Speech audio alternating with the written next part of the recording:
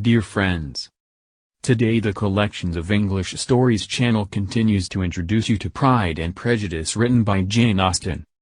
Please continue to support Collections of English Stories channel by clicking the subscribe button. Invite you to listen. Thank you so much. Please like, share and subscribe.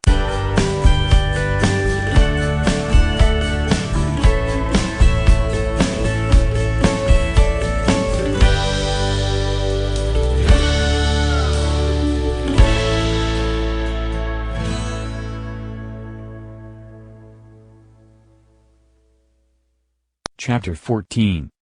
During dinner, Mr. Bennet scarcely spoke at all, but when the servants were withdrawn, he thought it time to have some conversation with his guest, and therefore started a subject in which he expected him to shine, by observing that he seemed very fortunate in his patroness.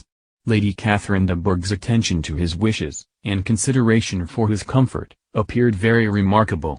Mr. Bennet could not have chosen better. Mr. Collins was eloquent in her praise. The subject elevated him to more than usual solemnity of manner, and with a most important aspect he protested that he had never in his life witnessed such behavior in a person of rank, such affability and condescension, as he had himself experienced from Lady Catherine. She had been graciously pleased to approve of both of the discourses which he had already had the honor of preaching before her. She had also asked him twice to dine at Rosings, and had sent for him only the Saturday before, to make up her pool of quadrille in the evening. Lady Catherine was reckoned proud by many people he knew, but he had never seen anything but affability in her.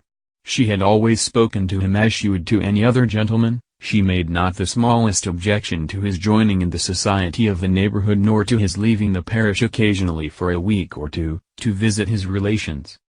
She had even condescended to advise him to marry as soon as he could, provided he chose with discretion, and had once paid him a visit in his humble parsonage, where she had perfectly approved all the alterations he had been making, and had even vouchsafed to suggest some herself, some shelves in the closet upstairs. "That is all very proper and civil, I am sure," said Mrs. Bennet, "and I dare say she is a very agreeable woman. It is a pity that great ladies in general are not more like her. Does she live near you, sir?" "The garden in which stands my humble abode is separated only by a lane from Rosings Park, her ladyship's residence." "I think you said she was a widow, sir? Has she any family?" "She has only one daughter, the heiress of Rosings, and a very extensive property." "Ah!"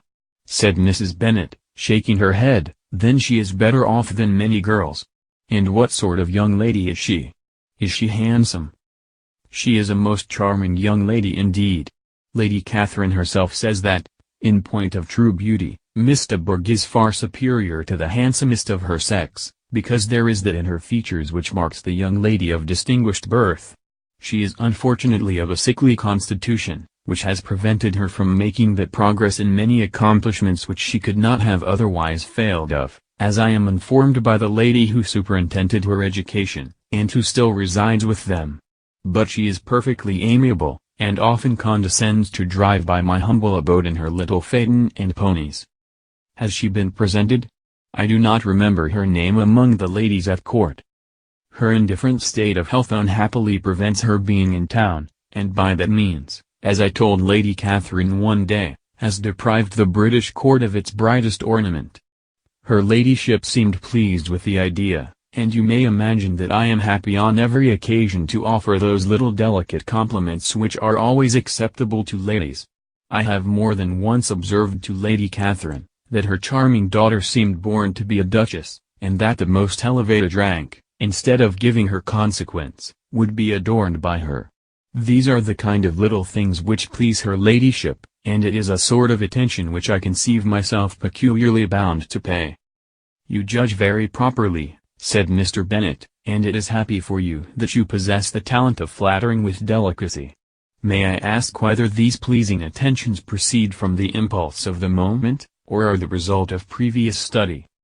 "They arise chiefly from what is passing at the time, and though I sometimes amuse myself with suggesting and arranging such little elegant compliments as may be adapted to ordinary occasions, I always wish to give them as unstudied an air as possible."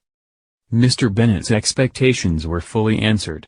His cousin was as absurd as he had hoped, and he listened to him with the keenest enjoyment, maintaining at the same time the most resolute composure of countenance, and, except in an occasional glance at Elizabeth, requiring no partner in his pleasure.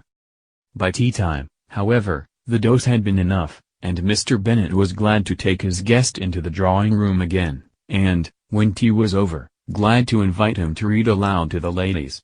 Mr. Collins readily assented, and a book was produced, but, on beholding it, for everything announced it to be from a circulating library, he started back, and begging pardon, protested that he never read novels. Kitty stared at him, and Lydia exclaimed. Other books were produced, and after some deliberation he chose Fordyce's Sermons. Lydia gaped as he opened the volume, and before he had, with very monotonous solemnity, read 3 pages, she interrupted him with, "Do you know, Mamma, that my Uncle Phillips talks of turning away Richard, and if he does, Colonel Forster will hire him. My aunt told me so herself on Saturday. I shall walk to Meryton tomorrow to hear more about it, and to ask when Mr. Denny comes back from town." Lydia was bid by her 2 eldest sisters to hold her tongue, but Mr. Collins, much offended, laid aside his book, and said, "I have often observed how little young ladies are interested by books of a serious stamp, though written solely for their benefit. It amazes me, I confess, for, certainly, there can be nothing so advantageous to them as instruction. But I will no longer importune my young cousin." Then turning to Mr. Bennet, he offered himself as his antagonist at backgammon. Mr. Bennet accepted the challenge, observing that he acted very wisely in leaving the girls to their own trifling amusements. Mrs. Bennet and her daughters apologized most civilly for Lydia's interruption, and promised that it should not occur again, if he would resume his book, but Mr. Collins, after assuring them that he bore his young cousin no ill will, and should never resent her behavior as any affront, seated himself at another table with Mr. Bennet, and prepared for backgammon.